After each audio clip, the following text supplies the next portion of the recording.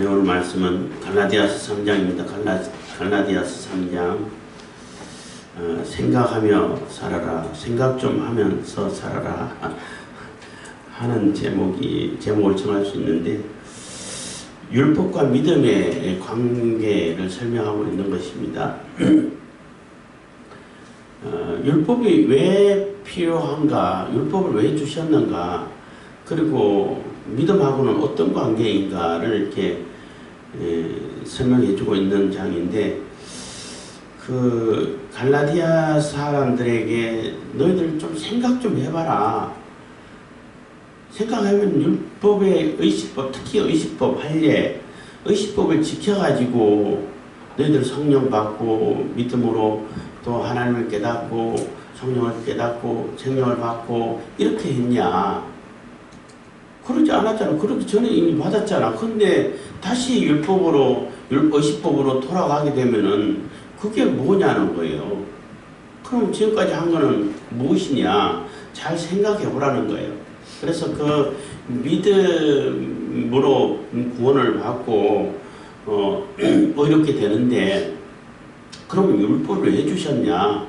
율법을 주신 것은 예수님께서 오실 때까지 우리가 어떻게 살아야 되는지를 깨닫게 하기 위해서, 결국은 율법으로 우리가 의롭게 되지 못한다는 것을 깨달아 알고, 우리가 죄인이구나, 예수 그리스도를 필요로 할 수밖에 없구나, 그러니까 메시아를 필요로 할 수밖에 없구나, 메시아가 오지 않으면 우리는 이게 죄에서 사함 받을 수 있는 길이 없구나 라는 것을 깨닫게 하기 위하는 것이라는 거죠. 그럼 율법이 그럼 나쁜 거냐? 율법이 아무것도 죄만 정죄해주고 뭐 아무것도 못하냐? 그렇지 않다는 거예요. 율법도 의로운 거죠. 율법도 의로운 건데, 율법을 다 지켜가지고 하나님께서 요구하시는 율법의 그 요구사항을 다 충족시키면은 의롭게 된다는 거예요. 근데 그렇게 할 사람이 한 사람도 없기 때문에, 죄 없어진 율법을 다 충족시킬 수 있으시는 그 그리스도께서 오셔가지고 우리를 그 대신해서 죄값을 치러주시고 우리를 의인으로 삼아주셨다는 거예요. 그래서 예수님께서 이 땅에 오실 수밖에 없었고 오셨는데, 그 연약한 아기의 모습으로, 또 그 심지어는 또 말구유에 누울 데가 없어서 말구유에 누워 있었고, 그래서 아주 연약한 모습으로, 아주 비천한 모습으로 이렇게 오셨는데, 그 오신 이유가, 예수님께서 오시지 않으면은 우리 사람들이 살아날 수 있는 방법이 없다는 거예요. 그래서 오셨다. 그렇기 때문에 하나님께 우리가 의롭다 인정을 받고 의인이라 칭함을 받는 그 이유가 그 예수 그리스도에 대한 믿음을 통해 가지고 얻는 것이지, 아브라함도 믿으니까 의로 여겨줬다 한 것처럼 그 아브라함의 복을 받기 위해서는 우리가 예수 그리스도에 대한 믿음이 있어야, 믿음으로 우리가 그 복을 받을 수 있다라고 설명을 해주고 있는 것입니다. 그래서 곰곰이 생각해보고 조금만 더 이렇게 이해를 넓히게 되면은, 눈을 넓히고 생각을 해보게 되면은, 아, 이게 이렇게 되는 거구나 하고 충분히 알 수 있을 텐데, 그러지 않고 아무 생각 없이 옆에서 누가 이러면 이렇게 저러면 저렇게 생각해가지고 아, 그런가 보다 하고 무조건 이렇게 따라가서는 안 된다는 거예요. 이단 사상이 많이 있지만은 그 이단 사상이 이렇게 꿰일 때, 유혹할 때는 그럴듯하게 하잖아요. 그런가 보다. 그러네. 이렇게 되도록 그렇게 얘기한단 말이에요. 그렇기 때문에 율법을 제대로 알고 성경을 제대로 읽고 성경을 제대로 알게 되면은 그건 그거 아닌데 금방 알게 되는데, 성경을 제대로 읽지 않고 또 하나님의 주신 그러한 말씀을 제대로 알지 못하는, 성경에 대해서 조금 그냥 설교 한번 듣는 걸로 그냥 끝내버리고 별로 관심 없으면은 이 얘기가 그 얘기인지 그 얘기가 이 얘기인지 구분을 못해버릴 수가 있다는 거예요. 그렇기 때문에 하나님 말씀에 대해서 우리가 관심을 가져야 되고, 하나님께서는 성경을 통해 가지고 무슨 얘기를 하려고 하시는지, 어떤 말씀을 우리에게 주시는지를 잘 깨달아 알 수 있어야 된다는 거죠. 그리고 늘 말씀드리지만은 성경도 책인 거예요. 책이란 얘기는 이게 문장이 있고 문맥이 있고 그 뭐 단락도 있고 그 문장 문맥을 통해 가지고 그러니까 그 책을 통해 성경을 통해 가지고 분명히 전하고자 하는 메시지가 있다는 겁니다. 그거는 쭉 연결이 되는 것이지 어떤 한 구절을 딱 떼가지고 그거 가지고 뭘 말을 많이 만들어내면은 왜곡되기 쉽다는 거예요. 그리고 이단들은 흉내를 많이 내죠. 그렇게. 네, 갈라디아서 3장입니다. 1절 어리석도다 갈라디아 사람들아 예수 그리스도께서 십자가에 못 박히신 것이 너희 눈앞에 밝히 보이거늘 누가 너희를 꾀드냐. 그래서 참으로 어리석구나. 그러니까 이 바울은 지금 굉장히 마음이 급하고 조금 복음을 전하고 그렇게 열심히 전하고 말을 그 복음의 기쁨을 같이 누리고 싶어서 하나님 말씀으로 같이 전해서 같이 하나님 백성 되게끔 하나님 자녀 되게끔 이렇게 막 기쁨이 충만해가지고 그 먼 곳에 가가지고 복음을 전하고 전도여행을 다니면서 하나님께서 우리에게 복음을 주셨고 이방인에게까지도 우리에게 구원의 길을 열어주셨다 이렇게 감격해가 전했는데 그 감격이 다 사라지고 어느 순간 바뀌어가지고 할례를 받아야 돼. 이 말을 듣고 다 그런 줄 알고 넘어가 버리니까 너무 좀 허탈한 마음도 있고 급한 마음도 있고 이게 아닌데 라는 그런 심정도 가졌을 거예요. 그래서 이제 조금 책망하는 듯한 그런 용어를 쓰고 있는 것입니다. 그래서 어리석도다 갈라디아 사람들아 예수 그리스도께서 십자가에 못 박히신 것이 너희 눈앞에 밝히 보이거늘 누가 너희를 꾀드냐. 그래서 예수 그리스도께서 십자가에 못 박히신 것이 너무나 생생하게 너희들 기억 속에 이미 아직도 있다는 거예요. 그러니까는 예수님께서 십자가에 못 박히시고 부활하시고 하는 그 과정을 다 지켜본 사람들이 아직도 태반이나 남아있고 물론 뭐 먼저 하나님 부르심을 받아간 사람도 있지만 많은 사람들이 남아있고 증거를 하고 너희들도 그 중에는 몇 사람은 실질적으로 본 사람들도 있을 것이고 너무나 선명한데 근데 그 예수께서 왜 십자가에 달리신지 또 바울이 이렇게 다니면서 설명을 했잖아요. 죄 없이 신 예수께서 왜 십자가에 달리셔야 되냐. 그래서 이미 하나님께서 만세전부터 계획하신 그 계획이 이루어진 것이고 예언이 이루어진 것이고 우리를 대속해서 우리 죄를 대신 치러주시는 죄값을 치르시는 그 과정으로 십자가에 달리셨다라는 거예요.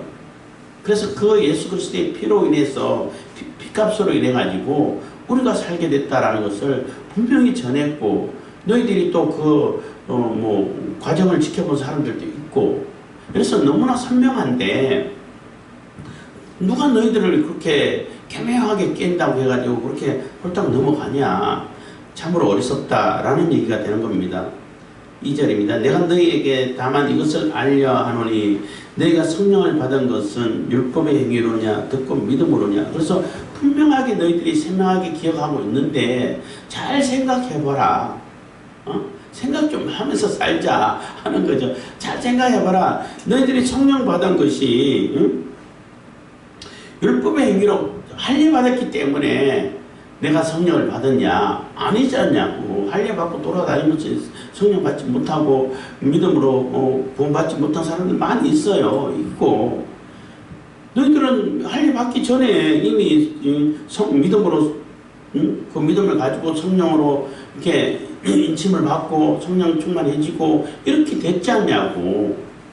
그래서 뭐 이거는 뭐 조직 신학하고 관계된 얘기지만은 그 시간적인 순서는 아니지만은 성령을 받고 믿음이 생기느냐, 믿음이 생기고 성령을 받았느냐 이런 이제 논리적인 순서를 이제 따지는 경우가 있어요. 뭐 거의 동치라고 볼 수 있는데 시간적으로 따진다면은 그래도 순서적으로 따진다면은 성령을 받고 믿음이 생긴다는 거죠. 성령께서 믿음을 주시는 거니까. 뭐 하여튼 그런 얘기를 누가 하길래 잠깐 생각나서 얘기하는 것입니다. 그래서 논리적인 선수는 성령 받고 믿음이 생겼다. 그러니까 성령 받는 거랑 믿음이 생기는 거랑 동시라고 말할 수 있는데 논리적인 순서를 따지면 그렇게 얘기할 수 있다는 겁니다. 그래서 너희들이 율법의 행위로냐 듣고 믿음으로냐 3절 너희가 이같이 어리석으냐 성령으로 시작하였다가 이제는 육체로 마치겠느냐. 그래서 너희들이 성령 충만하고 성령의 힘입어서 기쁨으로 구원의 감격을 누리고 하다가 이제는 다시 그걸 다 버리고 또 육체로 돌아가서 옛날에 하던 습관대로 하나님하고 상관없이 성령하고 상관없이 그렇게 살려고 하냐. 너무나 어리석지 않냐 하는 것입니다. 그게 이제 성령으로 시작해서 육체로 마치겠느냐 하는 의미가 되는 거죠.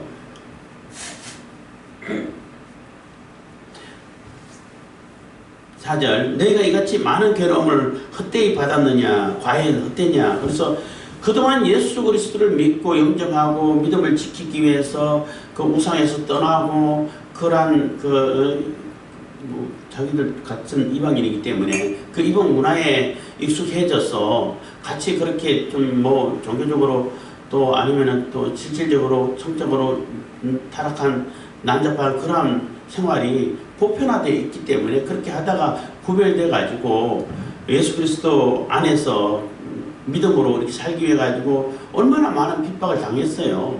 고생했냐고. 믿음을 지키기 위해서 고생했는데 사람들에게 따돌림 당하고 또 경제적으로 어려움 당하고 이렇게 어려움을 많이 당했는데 그거 그러면 헛된 거 아니냐, 응? 헛수가 아니냐라는 거예요. 그러니까 내가 이같이 많은 괴로움을 헛되이 받았느냐 과연 헛되냐 그렇지 않다는 거죠. 그래서 믿음을 지키기 위해서 그런 고난을 당했는데 이제 와가지고 그 유대인들이 특히 이제 그 할례파 유대인들이 그냥 많이 괴롭혔는데 그들이 와가지고 할례 받으라 한다고 할례 받아버리면은 그동안 고생한 건 뭐냐는 거지. 처음부터 그랬으면은 그 고생 훨씬 덜 했겠죠. 그렇기 때문에 참 그 어리석은 그 생각을 가졌다는 것입니다. 5절 너희에게 성령을 주시고 너희 가운데서 능력을 행하시는 이의 일이 율법의 행위에서냐 듣고 믿음에서냐. 그래서 너희에게 성령을 주시고 너희 가운데서 능력을 행하시는 이 하나님의 그 역사가 나타나고 이적이 나타나고 또 그 하나님의 말씀이 깨달아지고 이해가 되고 하나님께 주신 그 복음의 말씀을 듣고 감사하고 감격하고 또 하나님께 감사의 찬송을 드리고 이런 모든 일들이 그 능력을 행하시는 이의 일이 율법의 행위에서냐 듣고 믿음에서냐. 너희들은 할례 받았기 때문에 그랬냐? 아니라는 거죠. 그 출애굽기에 유월절을 제정하실 때도 유월절에 어린 양의 피를 이렇게 문설주에 임방에 발라가지고 죽음의 사자가 뛰어넘게 넘어가게끔 하기 위한 것인데 거기서도 뭐 그때 말씀드리겠습니다만 마찬가지로 네가 이스라엘인이냐 애굽인이냐가 삶과 죽음의 기준이 되는 게 아니에요. 네가 이스라엘인이기 때문에 너는 살아. 생명이야. 너는 애굽인이기 때문에 죽어야 돼. 이게 아니란 얘기예요. 물론 많은 애굽인들이 죽고 이스라엘 사람들이 죽으면서 건져지고 했지만은 그 기준이 뭐냐는 거예요. 그 기준은 어린 양의 피예요. 피가 발려 있냐 아니냐가 그 기준이 되는 거예요. 아무리 이스라엘 사람이라 할지라도 피가 안 발라져 있으면은 죽는 거예요. 거기는 누구든 상관없이 죽음의 사자가 거기서 그냥 안 넘어간다고. 애굽인이라도 듣고 와 나도 저렇게 해야 되겠어 해가지고 그 이스라엘 사람들 가가지고 아니면 또 어린 양 똑같이 하라고 한 대로 해가지고 하락한 대로 해서 해가지고 어린 양의 피를 바르면은 넘어간다고. 그래서 생가사, 그러니까 영생과 영벌의 그 기준이 그 어린 양의 피에 있는 것이고, 그 하나님께서 의식법을 주신 것은 예수 그리스도의 피를, 어린 양의 피가 예수님의 피를 예표하고 상징하는 거잖아요. 그것을 계속 반복 학습하는 거예요. 그래서 의식법이 그때까지는 필요했었어. 아, 이런 원리로 우리가 구원을 받고 죄사함을 받고 영생을 얻는구나 라는 것을 계속 반복해서 학습하는 것인데, 예수님께서 직접 오셔가지고 자신의 피로 다 구원을 완성을 시켜놓았어. 율법을 완성시켜놨어. 그런 다음에 의식법을 다시 지킨다는 것은 말이 안 된다는 거예요. 바보라는 거죠. 실체가 왔는데 그동안 그 반복 학습하고 그 모형으로 자꾸 이렇게 연습을 하던 것이 이제는 실체가 와서 이제 진짜가 와 있는데, 진짜를 두고 자꾸 그것만 하고 있으면은 바보 아니냐는 거죠. 그렇기 때문에 이제 더 이상 의식법이 이제 역할이 다 끝났어.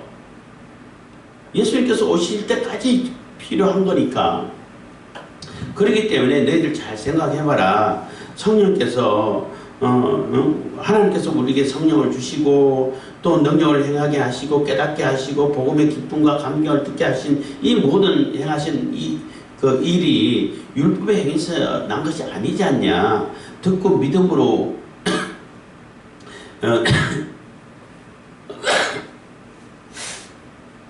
믿음으로 이렇게 우리가 그 모든 일을 경험하지 않았냐라는 얘기인 것입니다.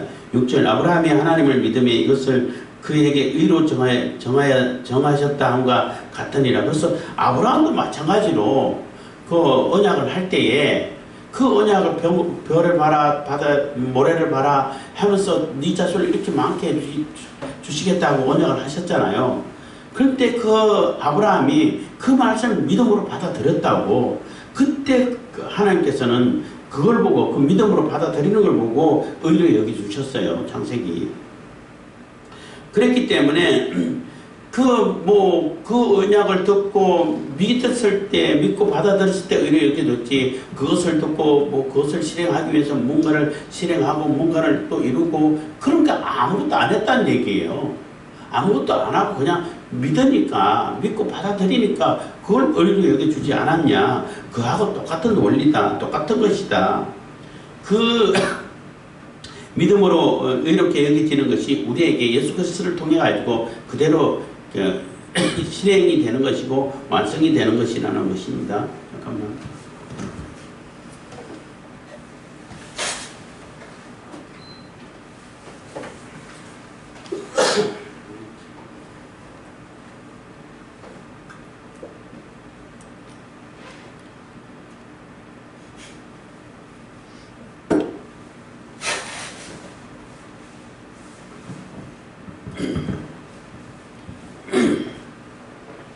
그래서 아브라함이 하나님을 믿음에 이것을 그에게 의로 정하셨다 함과 같으니라.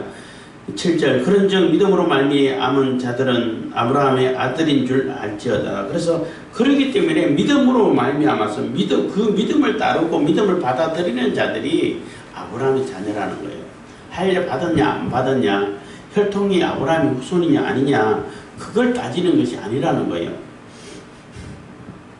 그런즉 7절 믿음으로 말미암은 자들은 아브라함의 아들인 줄 알지어다. 8절 또 하나님이 이방을 믿음으로 말미암아 의로 정하실 것을 성경이 미리 알고 먼저 아브라함에게 복음을 전하되 모든 이방인이 너를 인하여 복을 받으리라 하였으니. 그래서 창세기 12장 나오죠. 12장 3절에 나오는데 모든 민족이 너로 인해 가지고 너를 축복하는 자는 그들을 축복할 것이고 너를 저주하는 자들은 그들을 저주할 것이다 해서 네가 복의 근원이 될 것이다.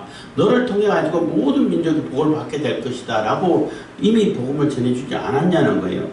그게 이제 예수 그리스도를 통해 가지고 실현되고 있다는 거죠. 실천이 되고 있다는 겁니다. 그래서 갈라디아 사람들도 이방인이었지만은 예수 그리스도를 통해 가지고 그 믿음을 따라서 아브라함의 후손이 된다는 거예요. 하나님께서 아브라함에게 언약하신 그 복음을 이미 이렇게 우리가 그 복을 우리가 받고 있다는 거예요. 9절입니다. 그러므로 믿음으로 말미암은 자는 믿음 있는 아브라함과 함께 복을 받느니라. 그래서 그 믿음을 보고 아브라함도 장차 오실 예수 그리스도를 통해 가지고 복을 받게 되고 구원의 백성이 된다는 것입니다. 구약 성도들은 다 그렇게 오실 메시아를 믿고 구원을 받게 되는 것이고, 우리는 오실 메시아를 믿고 구원을 받게 되는 겁니다. 그래서 아브라함에게 언약하신 그 언약의 복이 예수 그리스도를 통해 가지고 실천이 되고 실행이 되고 그 똑같은 복을 우리가 받고 있다라는 얘기가 되는 겁니다. 10절, 무릇 율법 행위에 속한 자들은 저주 아래에 있나니 기록된 바 누구든지 율법책에 기록된 대로 온갖 일을 항상 행하지 아니하는 자는 저주 아래에 있는 자라 하였음이니라. 그래서 이 얘기는 무슨 얘기냐면, 율법 행위에 속한 자들은 저주 아래에 있다라는 얘기는 율법이 저주를 만드는 것이 아니고 그런 뜻이 아니고, 하나님께서 우리에게 율법을 주셨어. 근데 그 율법이 요구하는 그 요구를 다 충족시켜 줘야 의인이 된다는 거예요. 그러지 못하면은 그 중에 한 가지만 이렇게 법해도 죄인이 되는 것이죠. 저주받을 수밖에 없게 된다는 거예요. 또 어떤 분이 그런 뭐 예를 들길래 뭐 맞는 데 있지만 조금 이렇게 그랬습니다만, 약간 그 재밌는 건 아니고, 살인한 자가 나 살인을 이 사람 저질렀어. 그래 놓고 자기가 하는 얘기가 나는 도둑질 안 했기 때문에 의인이야. 이 얘기하고 똑같은 얘기인 거예요. 살인이라는 어마어마한 그 큰 죄를 우리 인간 사회에서도 굉장히 큰 죄로 여기잖아요. 그런 죄를 가지고 있으면서 죄를 범법해가지고 지었으면서 나는 도둑질 안 했어. 그러니까 의인이야. 그거하고 똑같다는 얘기를 하는 거예요. 할례 받아야 돼 하는 얘기하고 마찬가지로 율법이 요구하는 그 모든 조건을 다 충족시켜야 된다는 거예요. 살인하지 말고 도둑질하지 말고 다 지켜야 되는 것이고, 심지어는 탐내지도 말아야 돼. 그것을 어떻게 다 지킬 수 있는 그러한 사람이 있냐는 거예요. 없기 때문에 그 중에 한 가지라도 범하게 되면은 그 범법에 대한 책임을 져야 되는 것이고, 그 율법이 내리는 벌을 받아야 된다는 거예요. 심판을 받아야 된다는 거예요. 그렇기 때문에 저주 아래 있을 수밖에 없게 되는 거죠. 무릇 율법 행위에 속한 자들은 저주 아래 있나니 기록된 바 누구든지 율법책에 기록된 대로 온갖 일을 항상 행하지 아니하는 자는 저주 아래 있는 자라 하였습니다. 그래서 한 번만 행하는 것뿐만 아니라 항상 그렇게 해야 된다는데, 그것을 유지하고 다 충족시킬 사람이 없다는 겁니다. 예수님 외에는. 11절, 또 하나님 앞에서 아무나 율법으로 말미암아 의롭게 되지 못할 것이 분명하니 이는 의인이 믿음으로 살리라 하였음이니라. 그래서 그러니까 아무도 그 율법으로 의롭게 못 된다는 거예요. 그러니까 율법이 나쁜 게 아니라 율법을 다 지키면 의인 맞아. 근데 다 지킬 수 있는 그런 사람이 없다는 거예요. 그렇기 때문에 믿음으로 살 거다. 의인은 믿음으로 산다. 라는 그런 표현이 나오는 거죠. 12절, 율법은 믿음에서 난 것이 아니라 이를 행하는 자는 그 가운데서 살리라 하였느니라. 그래서 그 율법은 믿음에서 난 것이 아니라 믿음을 가지고 그 율법을 물론 믿음을 가지고 지켜야겠지만은 하나님께서 우리 예수 그리스도를 통해 가지고 얻는 그 믿음에서 율법이 주어진 것이 아니라 하나님께서 모세를 통해 가지고 하나님 복을 주신 거잖아요. 그 준 것은 너희들이 이렇게 살아야 하나님의 백성이야. 하나님의 백성은 이렇게 살아야 돼. 이것을 다 지키면서 살아야 돼. 하고 준 거잖아요. 근데 다 지켰어요? 하나도 못 지켰잖아. 광야 때부터 벌써부터 어기기 시작했잖아요. 율법 의식법뿐만 아니라 도덕법까지 다 지켜야 되는 거예요.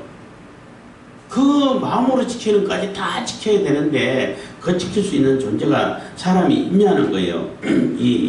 우리 인간들 중에서는 없다는 거죠. 그래서 율법은 믿음에서 난 것이 아니라 이 일을 행하는 자는 그 가운데서 살리라 하였느니라. 그래서 믿음에서 난 것이 아니지만은 율법 안에서 온전히 율법 다 지키는 사람은 살 수 있다는 거죠. 근데 그런 사람이 없어서 문제가 될 뿐인 거죠. 13절 그리스도께서 우리를 위하여 저주를 받은 바 되사 율법의 저주에서 우리를 속량하셨으니 기록된 바 나무에 달린 자마다 저주 아래 있는 자라 하였음이니라. 그래서 이게 뭐 신명기에 나오는 얘기인데 나무에 달린 자마다 다 저주를 받은 자다 해서 그 이제 나무에 달아놓고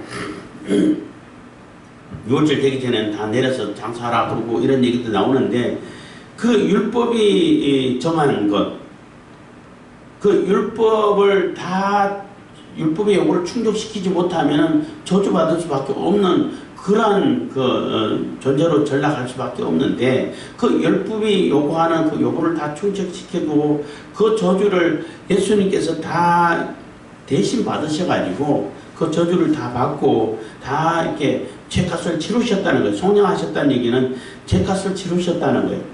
다 갚았다는 얘기인 거예요. 다 이뤘다는 얘기가 다 갚았다는 얘기가 되는 겁니다. 그래서 예수님께서 나무에 달린 자처럼 십자가에 달리셔가지고 그래서 나무에 달린 자, 십자가에 달린 자하고 같은 취급이고 십자가는 이게 두 팔을 벌려서 이렇게 처형을 당하잖아요. 그것이 하나님과 우리의 중보자가 됐다는 얘기가 되는 것입니다. 그래서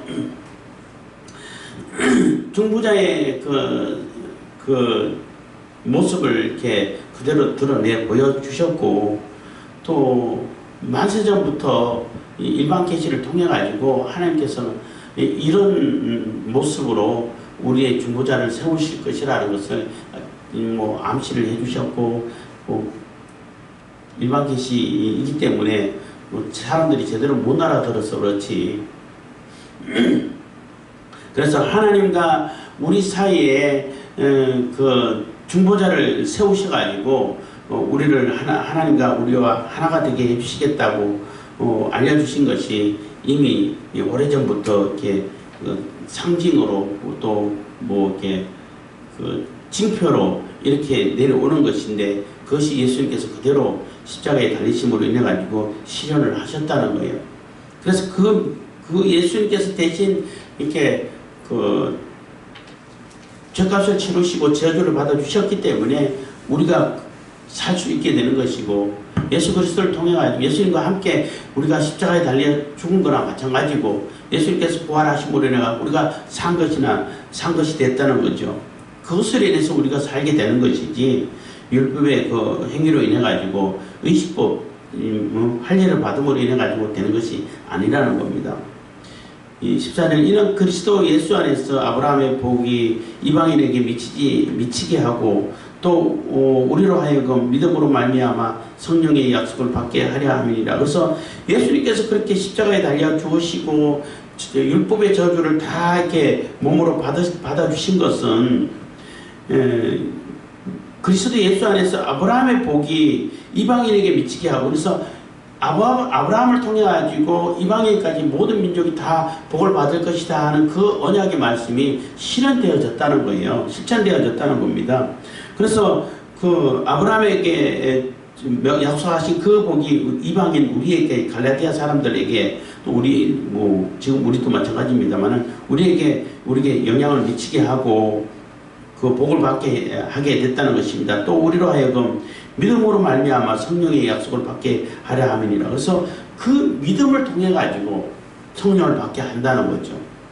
그리고 성령께서 오심으로 인해 가지고 우리가 믿음이 생기는 것이고 아까 말씀드렸습니다만은 그 논리적인 순서는 성령께서 오셔서 우리가 믿음이 생긴다고 볼 수밖에 없는 것인데 어쨌든 믿음으로 성령의 약속을 받게 되고 또 성령을 받게 됐다는 것입니다. 그래서 할례하고 아무런 상관이 없어요. 그러면 아브라함은 왜 할례를 받았나? 그 하나님의 약속이 늘 있다라는 것을 기억할 수 있기 위해 가지고 표식으로 할례를 받은 것이죠. 그리고 디도에게는 할례를 절대 행하지 못하게 했고 디모데에게는 할례를 행하게 한 것은 뭐 지난번에 말씀드린 것처럼 당신이 유대인이냐 아니냐, 유대인 사회에서 유대인과 같이 동화돼 가지고 유대인과 같이 지낼 수 있으려면은 할례 받아야 돼요.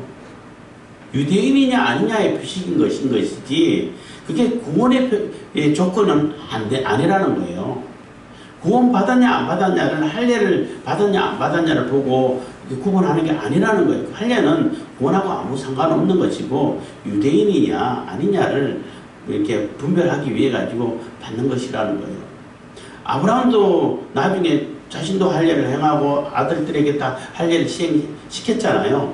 뭐 이스마엘도 13살에 했고 또 뭐 이삭도 난지 8일 만에 했고 다 했는데, 그것은 하나님의 언약이 계속 이어지고 있다는 것을, 우리에게 있다는 것을 보여주는 표식일 뿐인 것이지, 할례를 받았기 때문에 너 의인이야 이렇게 안 했다는 거예요. 그 전에 벌써 그 믿으니까 의인으로 여겨졌잖아요. 그 이후에 할례를 받게 되는 것이라는 겁니다. 15절입니다. 형제들아, 사람의 예대로 말하노니 사람의 언약이라도 정한 후에는 아무나 패하거나 더하거나 하지 못하느니라. 그래서 사람들 사이에서도 약속이라는 것은 그만큼 중요한데, 약속 이렇게 조건 걸어서 약속하고 다 사인했으면은 그 조건에 맞춰가지고 일을 시행해야 되는 것이지, 내가 상황이 바뀌었다고 그거 상관없이 난 이렇게 할 거야, 넌 이렇게 할 거야, 이렇게 못한다는 거예요. 사람 사이에서도 약속이 그만큼 중요하고 정해졌으면 정해진 대로 하는 것인데, 뭐 아무 때나 가가지고 막 바뀌고, 뭐 약속했다가 간다고 했다가 나 오늘 뭐 다른 일 있으니까 안 갈 거야, 뭐 다른 거 할 거야, 그 약속하고 그거는 그때 종이 쪽팔리고 이렇게 못한다는 거예요.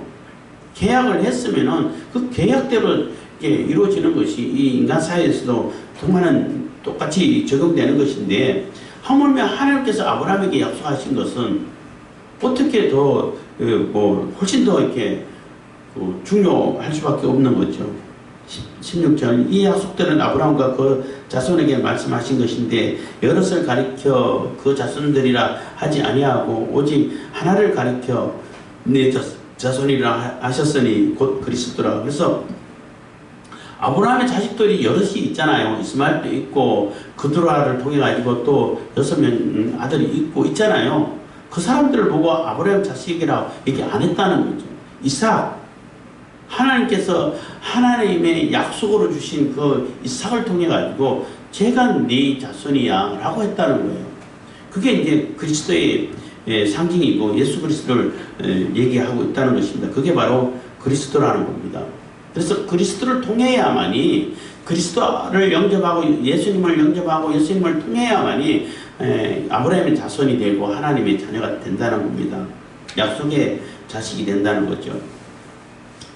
17절, 내가 이것을 말하노니 하나님의 미리 정하신 언약을 430년 후에 생긴 율법이 없이 하지 못하여 그 약속을 헛되게 하지 못하리라. 그래서 이 하나님의 미리 정하신 언약을, 그래서 하나님께서 언약을 주시고 또 할례를 시행하게 하셨잖아요.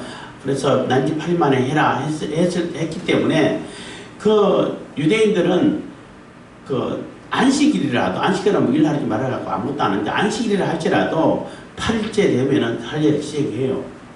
왜냐하면은 율법이 생기기 전에 생겼기 때문에 그것을 바꾸지 못한다는 거예요. 마찬가지로 율법이 모세를 통해서 시내산에서 주어진 그 율법은 아브라함 약속 이후에 뭐 430년이라고 말할 수도 있고 그보다 더 됐을 수도 있는데 훨씬 후에 주어진 거잖아요. 그렇기 때문에 아브라함과 이게 맺어진 그 언약을 율법이 이렇다 저렇다 바꿀 수 없다는 거예요. 18절, 만일 그 유업이 율법에서 난 것이면 약속에서 난 것이 아니리라. 그러나 하나님이 약속으로 말미암아 아브라함에게 은혜로 주신 것이라. 그래서 약속으로, 언약으로 주셨고 아브라함을 믿음으로 받아들였기 때문에 그것이 그대로 유효하게 이어져 내려오는 것인데, 율법이 나중에 생긴 율법이 그것을 바꿀 수가 없다는 거죠. 그래서 그 아브라함의 약속도 율법에 의해서 만들어졌으면은 그거는 뭐 말이 안 되죠. 그게 아니라는 거죠. 그래서 만일 그 유업이 율법에서 난 것이면 약속에서 난 것이 아니라, 그래서 그거는 아브라함의 언약이 아니라는 것입니다. 근데 아브라함이 훨씬 먼저 있었고 미리 언약을 해주셨고 그 언약이 예수 그리스도를 통해 가지고 실현되고 있다는 겁니다. 율법은 그 나중에 주어진 것이죠. 19절 그런즉 율법은 무엇이냐? 범법함을 인하여 더한 것이라 천사들로 말미암아 중보의 손을 빌어 베푸신 것인데 약속하신 자손이 오시기까지 있을 것이라. 그래서 그 율법은 예수님께서 오시기까지 유효한 거라는 거예요. 그 임시로 그러니까 보충하기 위해서 이게 더해진 것이라는 겁니다. 그래서 율법을 제대로 지키면은 율법은 예수님을 만나게 해주는, 예수님까지 인도해주는 그 역할을 하는 그 역할을 하는 거예요. 그래서 몽황 선생이 이런 표현을 쓰는데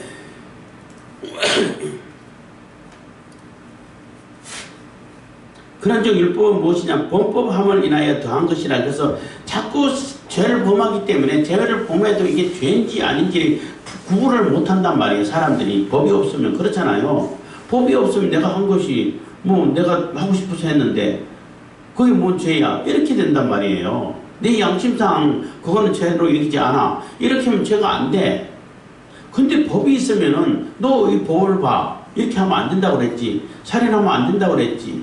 도둑질 하면 안 된다고 그랬지. 탐내면 안 된다고 그랬지. 그럼 너 죄인이야. 너 그렇게 했잖아. 이렇게 되는 거예요. 기준이 생기는 거죠.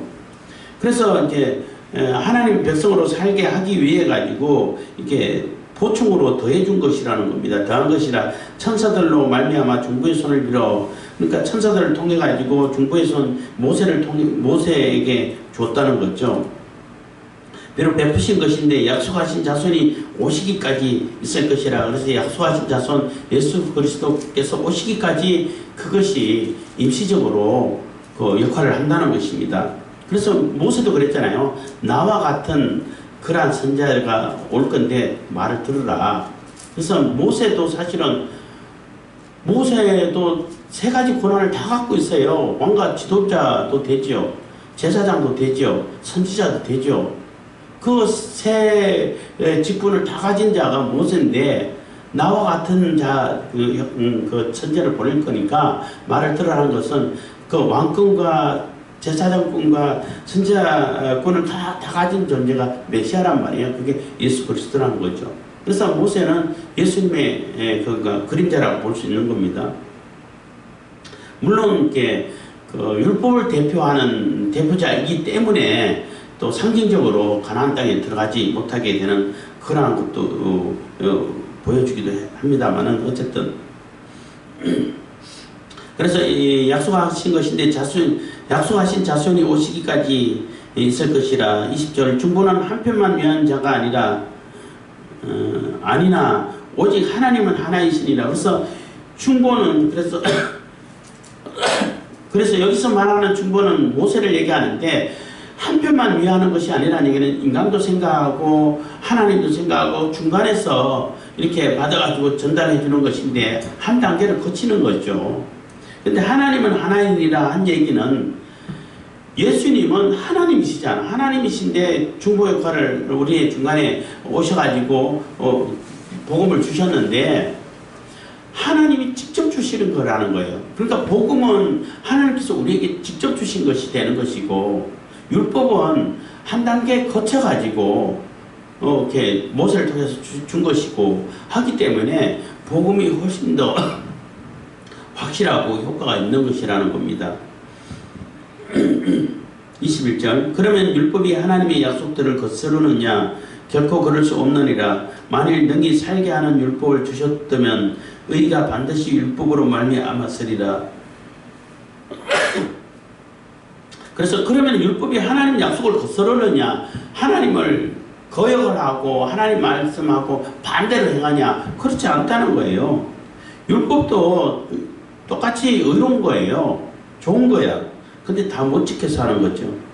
그래서 만일 능히 살게 하는 율법을 주셨다면, 그래서 우리가 사람들이 다 지킬 수 있는 율법을 주셔가지고 이 율법을 지키면 너희들 다 의로 여겨줄 거야. 의인이 돼. 이거 지켜 하고 사람들이 다 지킬 수 있는 율법을 주셨다면은 굳이 예수님 오실 필요가 없는 거죠. 그렇잖아요. 근데 하나님께서 주신 그 율법은 사람들이 다 못 지켜. 아무리 지키려고 노력해도 다 못 지켜. 그렇다 해갖고 율법하고 상관없이 살면 뭐 되냐? 그것도 안 되죠. 열심히 지켜도 다 못 지키는 율법인데 이스라엘 백성들은 안 지키고 살았다는 거죠. 그러니까 뭐 심판을 받을 수밖에 없고 율법의 저주를 받을 수밖에 없는 존재잖아요. 그러면서도 할례만 받으면은 율법 다 지키나요? 아니잖아. 그런데 이 할례파들은 진짜 율법 하나도 안 지켜. 율법의 도덕법도 안 지키고, 도덕법은 물론이고, 지금은 뭐 성전도 없어지고, 그러니까 뭐 의식법도 제대로 안 지켜. 형식적으로만 지켜. 그리고 할례만 받아. 할례만 받으면 다 됐어. 그게 말이 되냐는 거예요.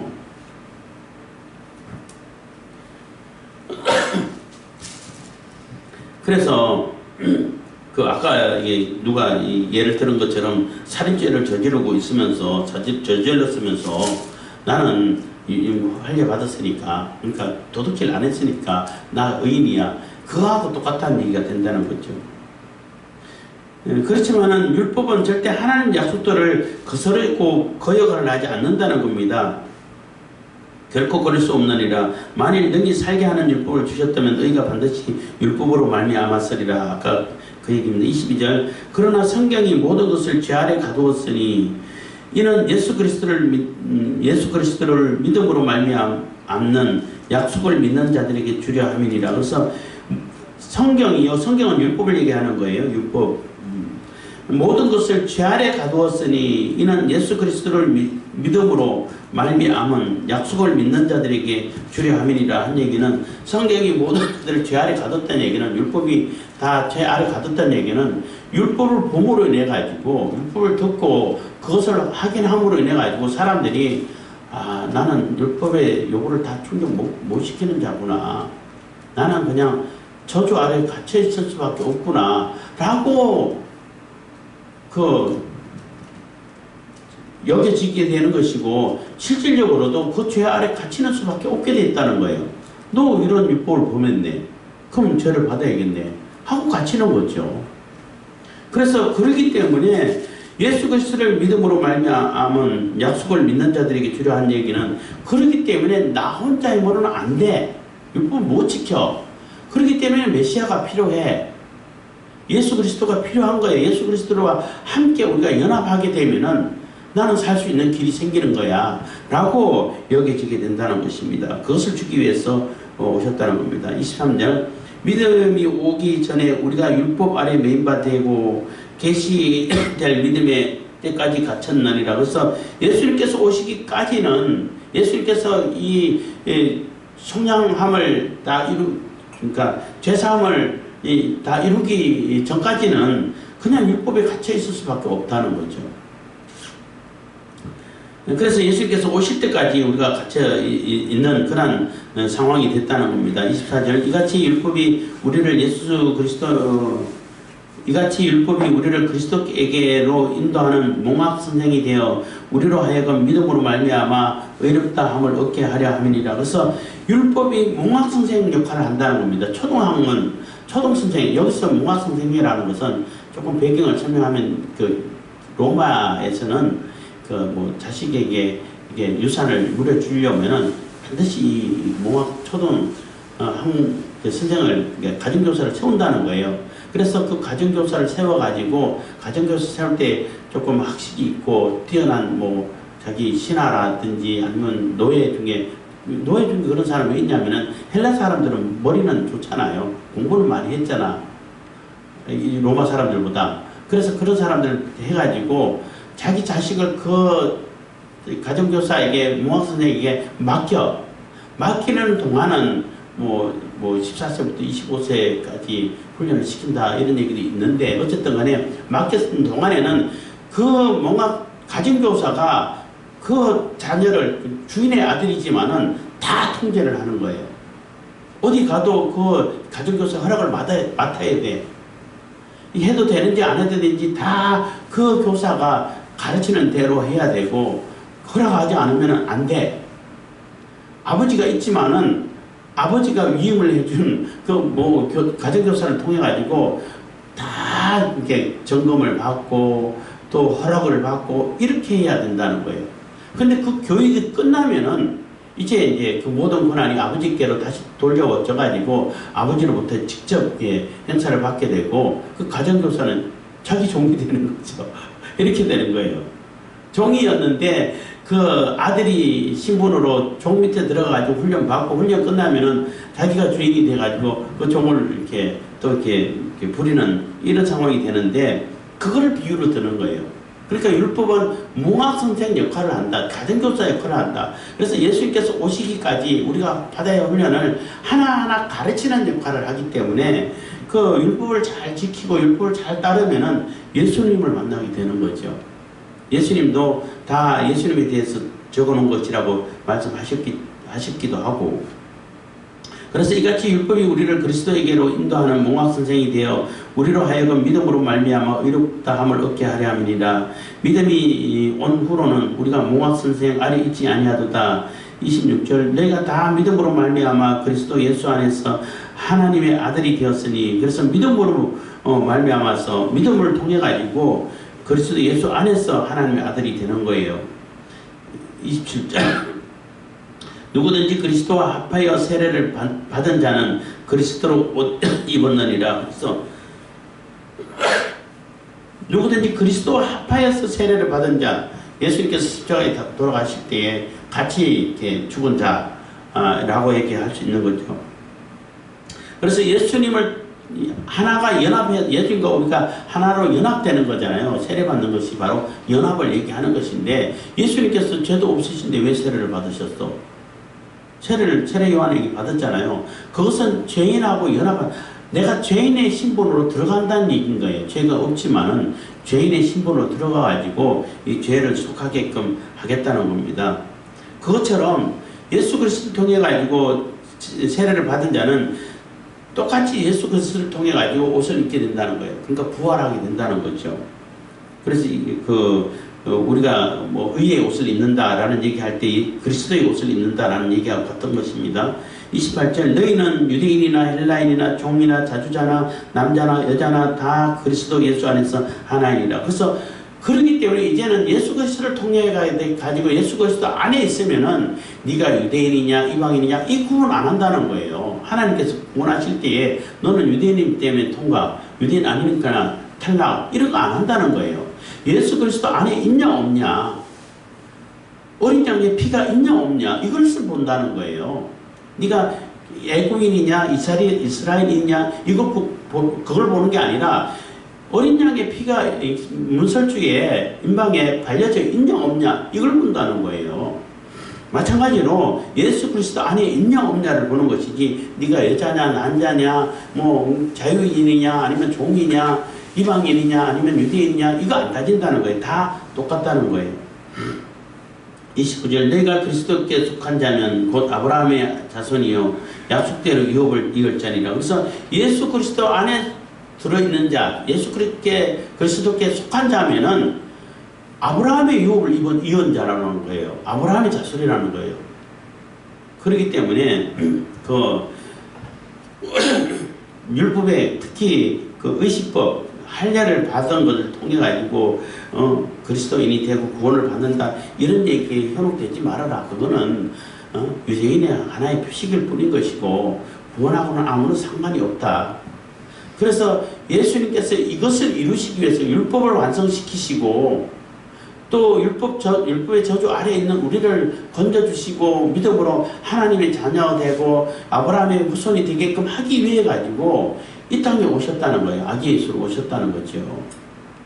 그래서 우리가 성탄절을 맞이하면서 예수님께서 이렇게 오셨구나. 그래서 약속된 대로 오셨기 때문에 성탄절 25일 날 오신 것도 믿을 수 있기를 바라겠습니다. 기도하겠습니다. 사랑해 주시면 감사합니다. 이 시간에 오네요.